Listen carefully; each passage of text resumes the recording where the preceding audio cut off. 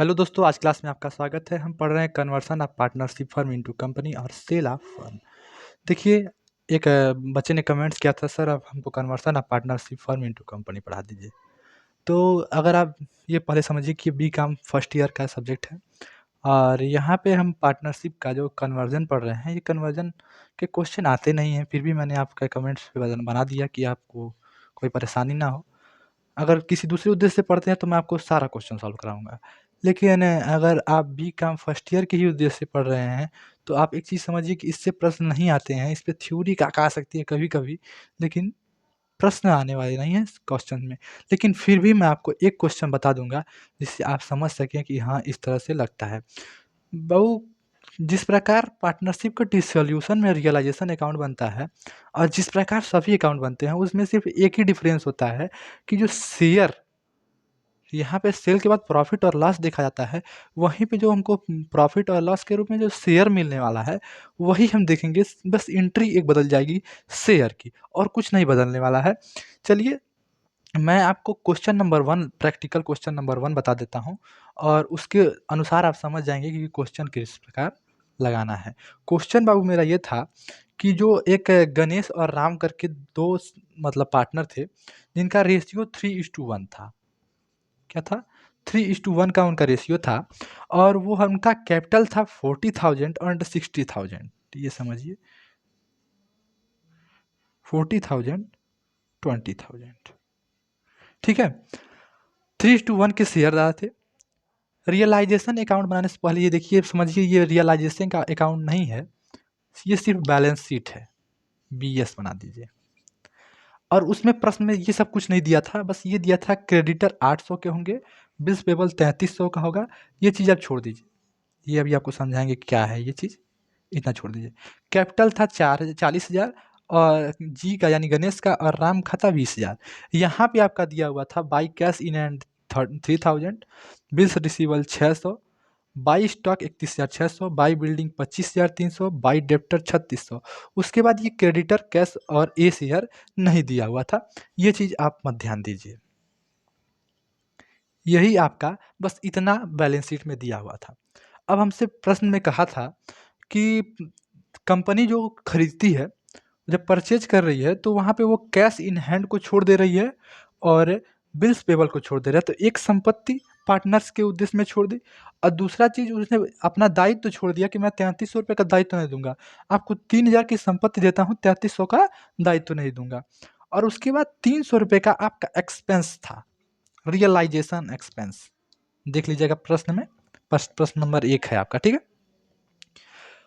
और कुछ नहीं था और सिर्फ़ यही कहा गया था कि जो कंपनी परचेज़ कर रही है, वो 75,000 रुपए भुगतान कर रही है सब कुछ। उसमें से उसने 9,000 रुपए कैश के रूप में, कैश और शेयर के रूप में 66,000 बचा। अगर 75,000 में से 9,000 कैश में दे दी तो 66,000 रुपया मुझे वैसे देना है उसको, तो ठीक है, इतना ही हो गया। अब प्रश्न में कुछ और नहीं है। और प्रश्न में अब कुछ और नहीं था। अब इसको क्या कीजिए, साधारण तरीके से मिटा दीजिए और यहाँ पे लिखिए रियलाइज़ेशन अकाउंट। रियलाइज़ेशन अकाउंट का नेचर जानिए पहले। रियलाइज़ेशन अकाउंट को लोग कहते हैं कि नॉमिनल अकाउंट है, क्योंकि लॉसेज एंड एक्सपेंसेस दिखाता है और इनकम एंड गेन दिखाता है।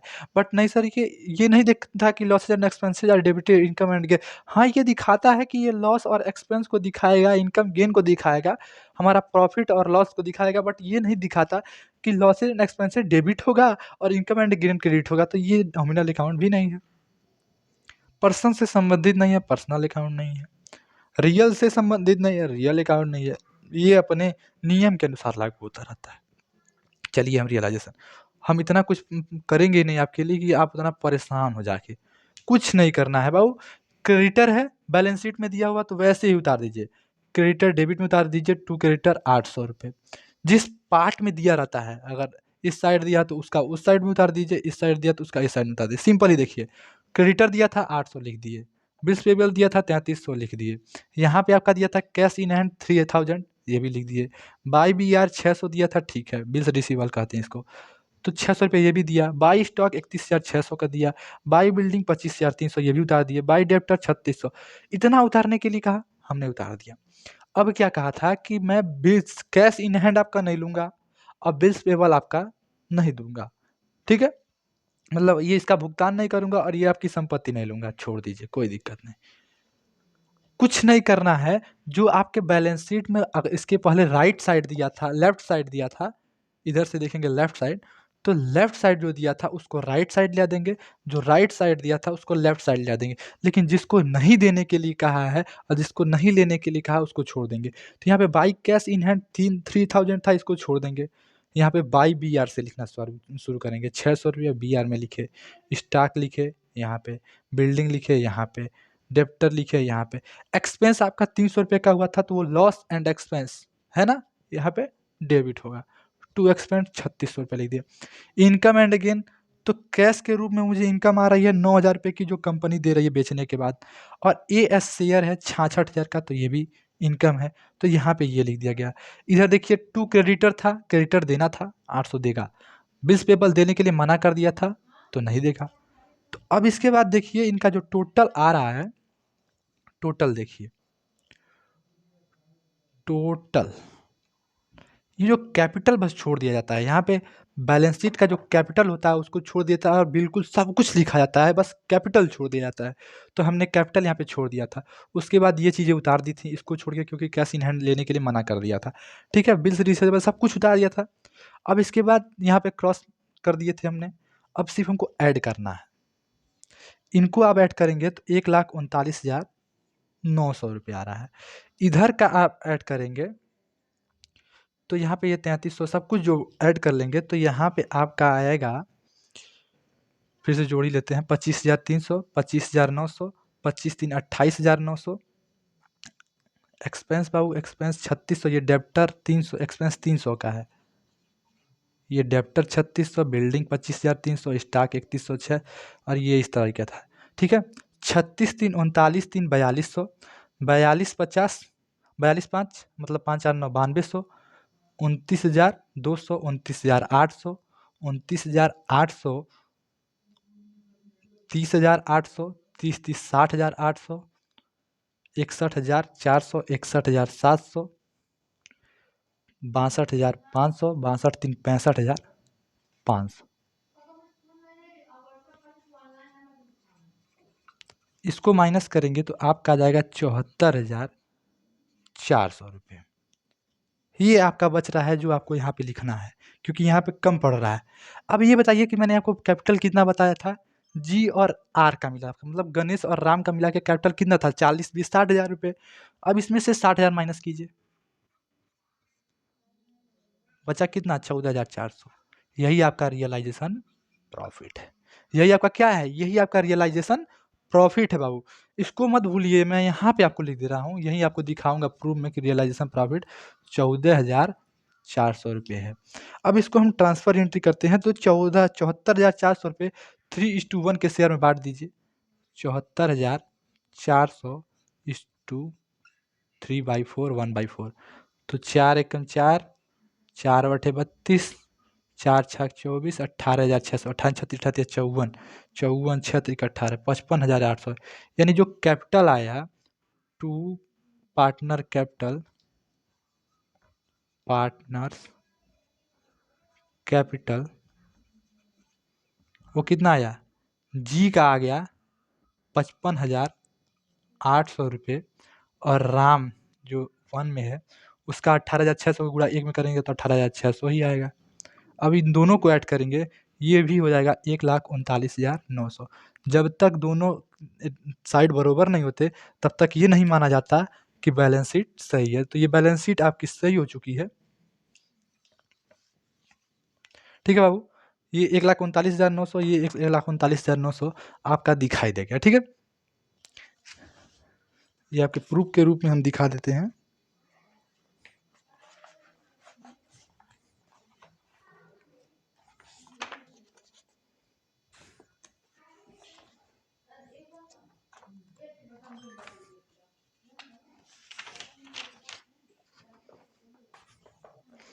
ये रियलाइजेशन प्रॉफिट आपको दिखाई दे रहा होगा।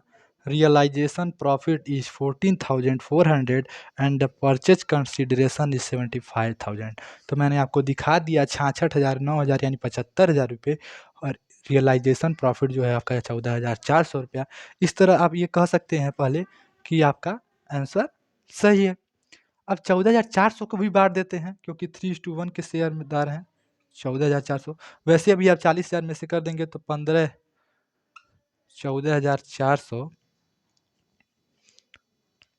इंटू 3/1, 3/4 1/4 कर दीजिए।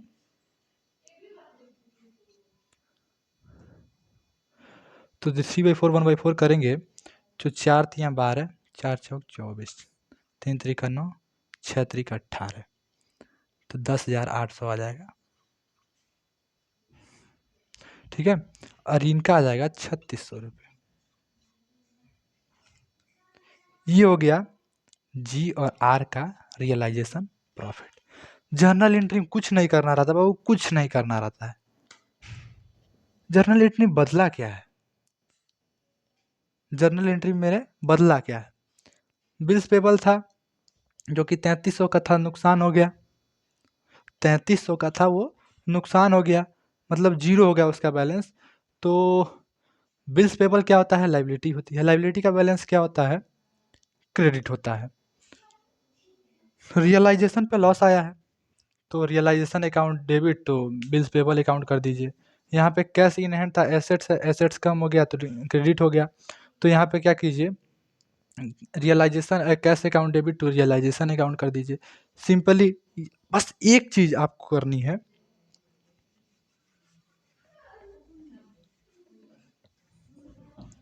वो करनी क्या है? वो था आपका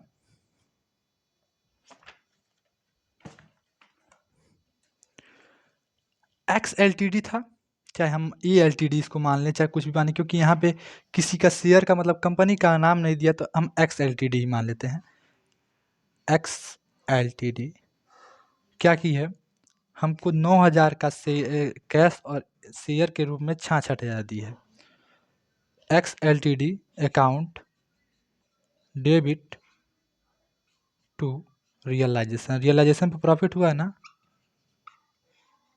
अकाउंट कितना?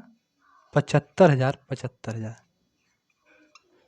बाबू अगर एक चीज़ मैं जर्नल एंट्री के लिए आपको 2 प्रकार से बताया था। जर्नल एंट्री मतलब यहाँ पे नहीं बताया हूँ, क्लास 11th का आप खोलिए मेरे मतलब अकाउंट में, सेकेंडरी क्लासेस पे सर्च कीजिए क्लास 11th का अकाउंट। तो वहाँ पे जब आप जर्नल एंट्री पढ़ेंगे, जर्नल एंट्री लेजर में बहुत बढ़िया तरीके से समझाया हूँ। उसमें सेपरेट इंस्टी सिस्टम और जितने मतलब American rule, simple rule, golden rule, जिस तरीके से भी बताना चाहिए मैं आपको सब तरीके से बताया हूँ। वहाँ पे जर्नल एंट्री करने में आपको समस्या नहीं होगी। फिर भी मैं एक चीज़ बता दे रहा हूँ, ये बाई का मतलब डेबिट होता है, ये टू का मतलब क्रेडिट होता है। आपको जितनी जर्नल एंट्री उतारनी है ना, आप सीधे ऐसे कर सकते हैं। यहाँ पे टू दिया है मतलब रियलाइजेशन डेबिट में जाएगा। यहाँ पे कुछ नहीं दिखाता है, यहाँ पे टू और बाई नहीं लिखा होता है कि टू कहाँ आपको देखने को मिलता है। जब यहाँ पे एंट्री होती है X L T D debit to, to का मतलब क्रेडिट और बाई का मतलब डेबिट। ये बाई का मतलब डेबिट, टू का मतलब क्रेडिट। तो जर्नल एंट्री में कुछ नहीं करना था है। अगर आपको बिल्स पेबल का करना है तो realisation account debit to bills payable account.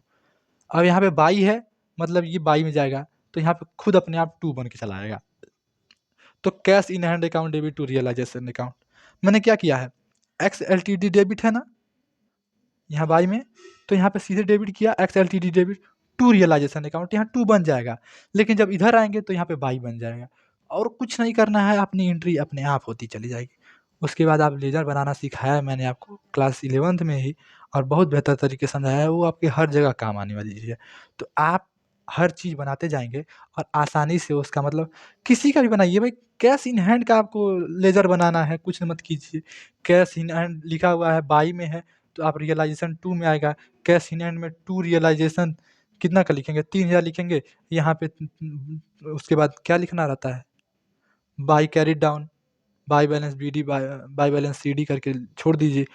सबका जनरल एंट्री मतलब बनाते चले जाइए, अकाउंट छोड़ते जाइए। बहुत आसान तरीका था। आपको ये सवाल लगाना अच्छा लगा होगा। आप इसके बाद अपने से खुद लगा सकते हैं क्योंकि इतना आसान तरीके से मैंने आपको बता दिया है कि बस इसका ट्रांसफ़र यहाँ पे कर दीजिए, इसका ट्रांसफ़र यहाँ पे कर दीजिए।